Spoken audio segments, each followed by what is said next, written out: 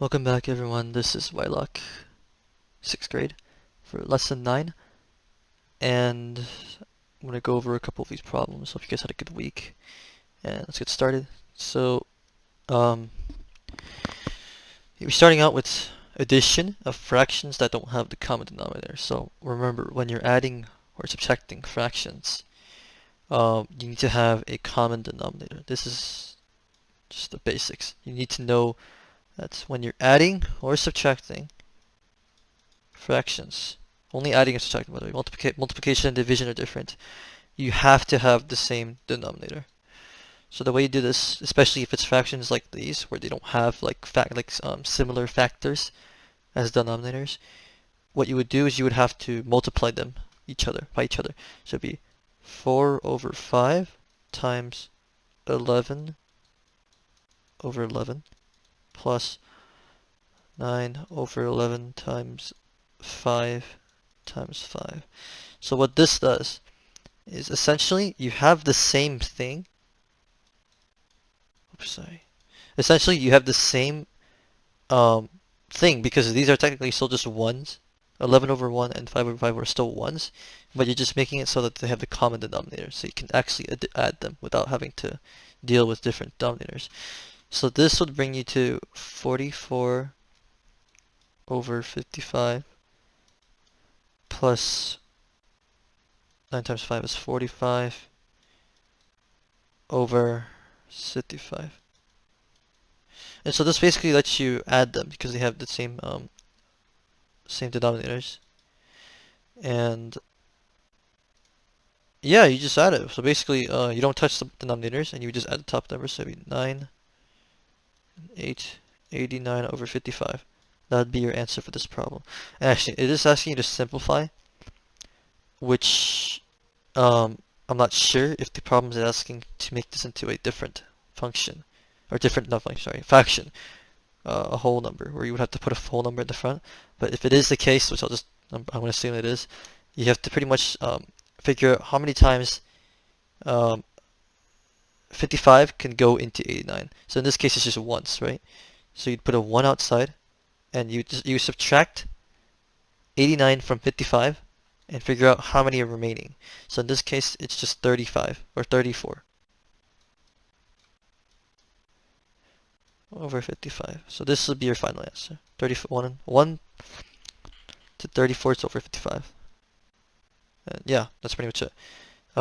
Continuing, these are just pretty much the same problems. Multiplying and dividing, it's just multiplying here, but these are actually a lot easier, in my opinion, than addition, because all you have to do is literally just treat every whole number as just 2 over 1, or just any whole number as over 1. This is just pretty much what a whole number is. So what you would do essentially is just 2 over 1 times 3 over 10, and you don't have to worry about common denominators for multiplication or division. So you just go straight through. 6, 10. That's it. So once you have this, it is asking you to simplify once again. And the common factor that these two both have are 3. Or not 3, 2, sorry, 2. So it would be 3 over 5. That would be your final answer. And again, very simple. That's pretty much it. We are limited on time, so I'm going to kind of run this through. Classifying angles. So this is one of those things that you'll just kind of get more of experience once you just look at the problem. You'll just immediately tell which angle's what. But the basics, these are very important basics of these angle problems, where acute, obtuse, and right. You have to know that acute will always be less than 90 degrees. Obtuse will always be greater than 90 degrees. And right will always be 90 degrees, just 90 degrees. So essentially what this means is that a right angle would just look like this. It would look like this. It's not the best example, but oops. It would literally just look like this. And it would have like a little box in the corner to signify it's a 90-degree angle. It's literally just a perfect corner or an edge of a box, if you want to think about it that way. Obtuse will always be greater than this. So it would be like this in a way. and acute will always be smaller than this and this. So it would be like this. And these are very important basics. You will use this in the future quite a lot. So let's just do a couple examples here. This is asking you to find if it's obtuse, acute, or right, and then find the possible angle measurements.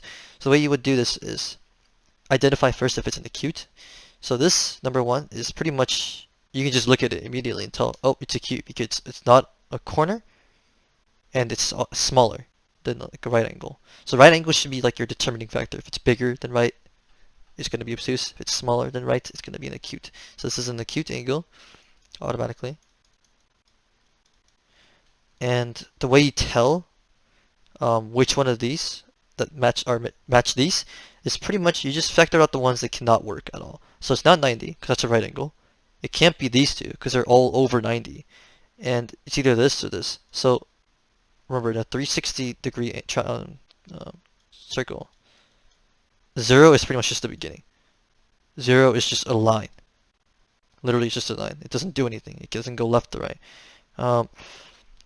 So 35 is going to be decently close to that line. So it's going to be pretty close to the line in a way, 35. But 80, if this is 90, this is decently close, right? To 90. So you could just assume that it's 80. So you just kind of want to use the process of elimination method to figure out which problem is which and which one matches which. So again, you'll just get more familiar with experience, but like this one, automatically you can just tell 35 because it's decently close to to the 0, almost to the 0 degrees, while also being acute, which eliminates the other 3 that we cannot use. So yeah, that's pretty much it for this section. Again, it might be kind of confusing at first, but once you get used to it, it's one of the easiest subjects in math, in my opinion. Lastly, we have some proportions, word problems. These, again, kind of confusing at first, but once you get used to it, really easy. So this is where you apply cross multiplication. Excuse my handwriting, but sorry about that. So I'm very limited on time here. So basically, the car travels 120 miles in 3 hours. So 120 miles in 3 hours in constant speed, which pretty much means that they did not change speed, so you don't have to worry about that. Now it's asking you how far they will take you. How far will it take to travel 200 miles? So you want to just pretty much make a second equal, make an equal sign and make a second fraction and match the units. So it would be 200 miles right here, and you don't know what this is, how many hours it takes. So you put in X hours. So basically what you do is you literally just cross multiply. So that just means you multiply it across like this in an X formation. So the equation you get, because these are still an equal sign, 120x, right? 120 times x equals 200 times 3. Oops. So this pretty much just means it's just a regular equation now, right? So what you would do is just do this, run this through. So it'd be 300 or 600, right? 200 times 3 is 600 equals 120x, and you're trying to find x, right?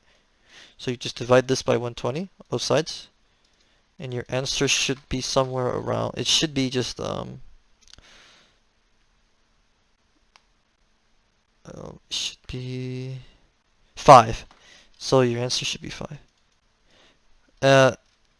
Again, sorry, I'm out of time, but pretty much the way you just do this is you want to equal it with the same proportions, with the same units, and cross multiply, solve for x, and you would get the answer.